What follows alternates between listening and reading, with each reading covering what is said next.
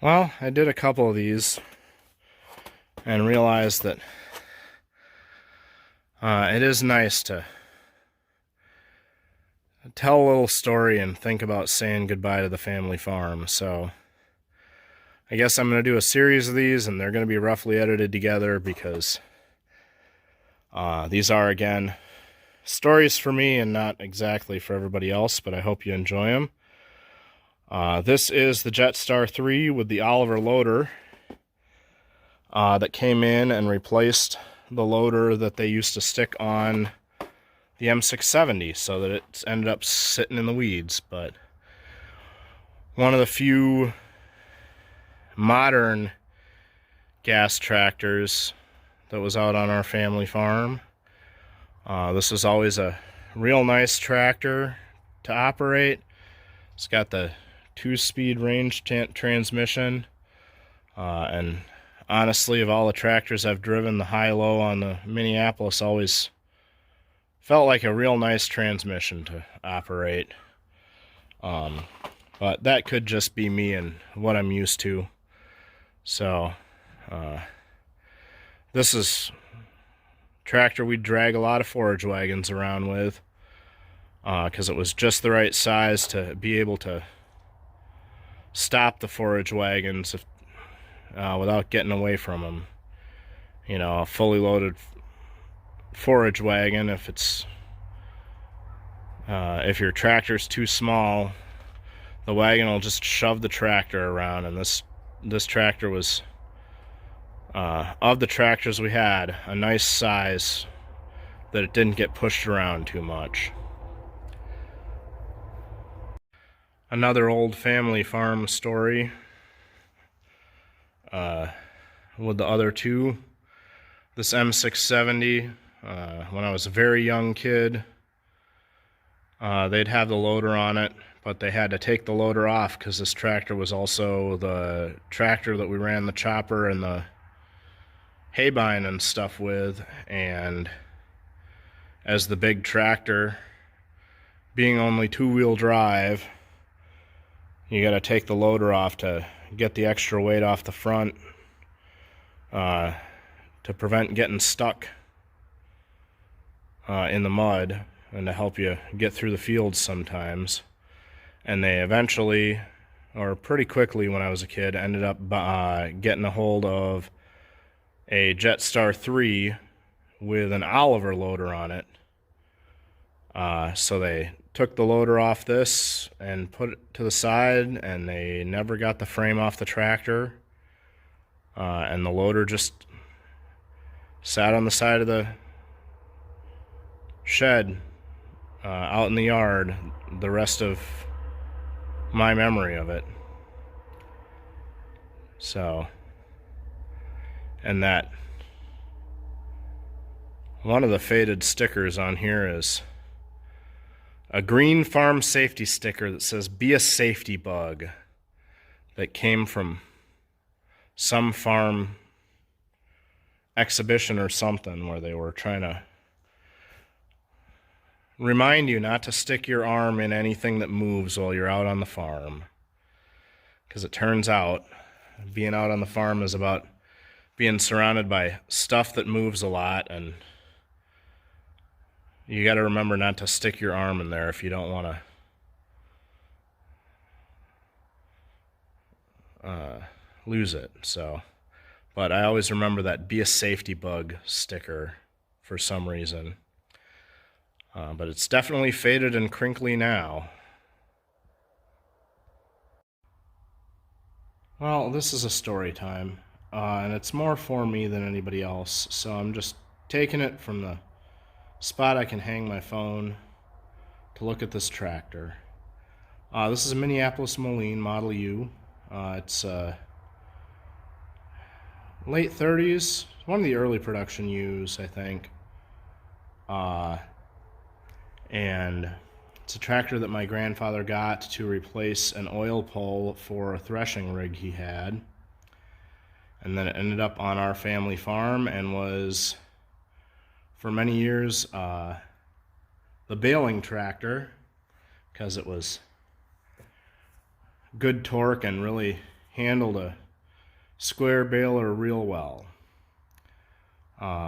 And it's time to say goodbye to it, because we aren't keeping the family farm around, and I don't know when it's going to get sold or who it's going to get sold to, and I don't know if I'll make it here to see it again before it gets sold. So it's always been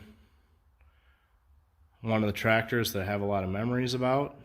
And it always was a real nice tractor to operate, even though it's an older one. It's got a hand clutch, which my grandpa needed because he was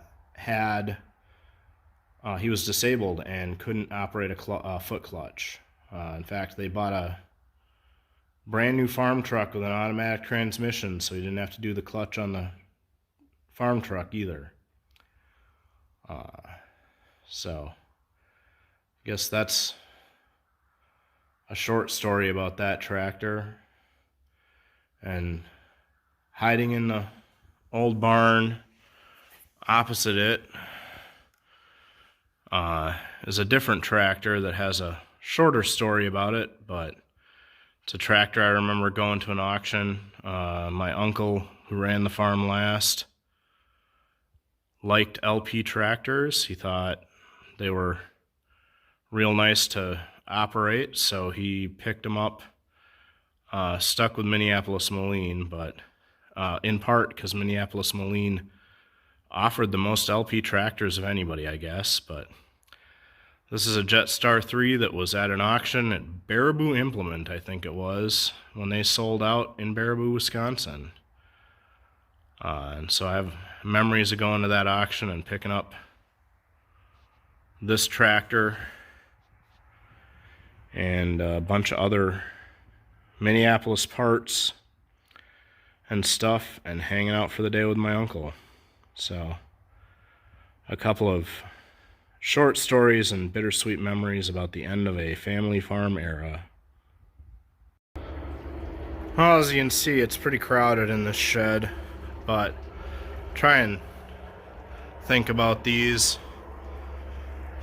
In the far corner there is a Minneapolis 5-star, and when I was a kid, that is the original one that was on the farm when I was a kid. I don't know when it got picked up. I think that's the original one. They got a second one later, like when I was in middle school, but that tractor is the tractor that they really liked using on the blower because it ran real nice for the silage blower to fill silo. And it did sometime with the baler, but the U really, I think the U had more torque, but the U was really outstanding on the baler. But the 5-star is what if they didn't want to get the U out, they'd get the 5-star and put it on the baler too. But it was really good on the silage blower and filled a lot of silos when I was a kid, which our farm had 4 for a long time, so there was a lot of silo to fill. And then this little tractor here is the Farm All C, Super C rather. You can see stuff hanging off of it. The front tires are all deflated. I don't remember the last time anybody used that for anything. It was kind of parked in the yard for a long time. It got picked up someplace for cheap probably, and had cultivators on it, so we'd use it for cultivating a little bit, and I drove it once in a while to rake hay, but I don't remember using it much, and it got parked pretty quick after it got picked up and brought here.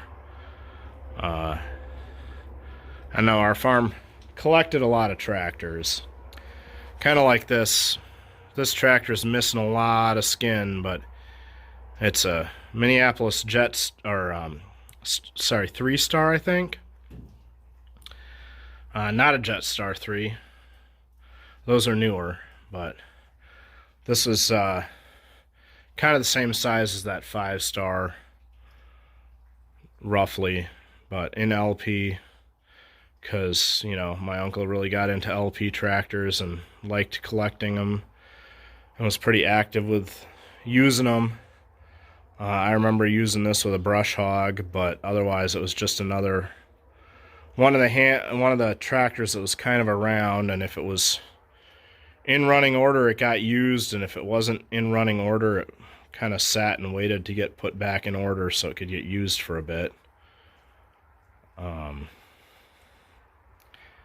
Yeah, aside from being a neat LP Minneapolis, I don't have a lot of memories of this one. This is the other 5-star that was around the farm. And come to think of it, because I got closer to this one, this might be the one that was around first, and they picked up that orangish one later, but again, they liked it enough. They had 2 of them that they kept running pretty well most of the time and used at the same time all the time. But it, again, really good on a blower and ran the baler pretty well, but the U is the one that did the baler most often. Well, it's real dark in here, but this is the old garage and granary, and this is a Minneapolis Moline R, and this is the tractor I have the most memories of that's still around out at the old farm.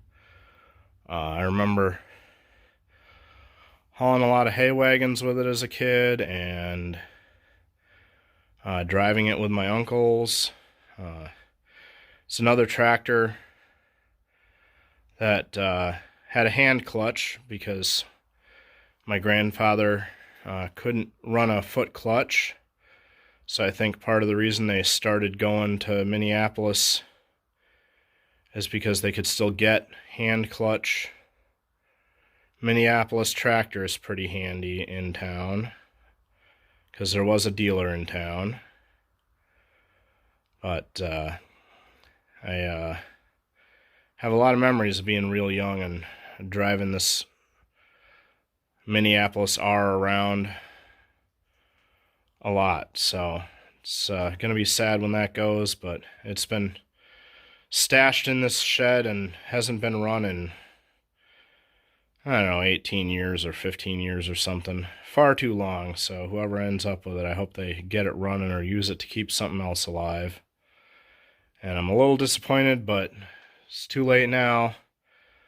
Where I'm standing, they had the other tractor I drove a lot when I was a kid. It was a Farmall Super A, and it's the last tractor that my grandfather got, I guess, or something my grandfather drove, even though it had a foot clutch. They've got a lot of pictures of him driving it, and then he had to quit driving it when his legs got bad.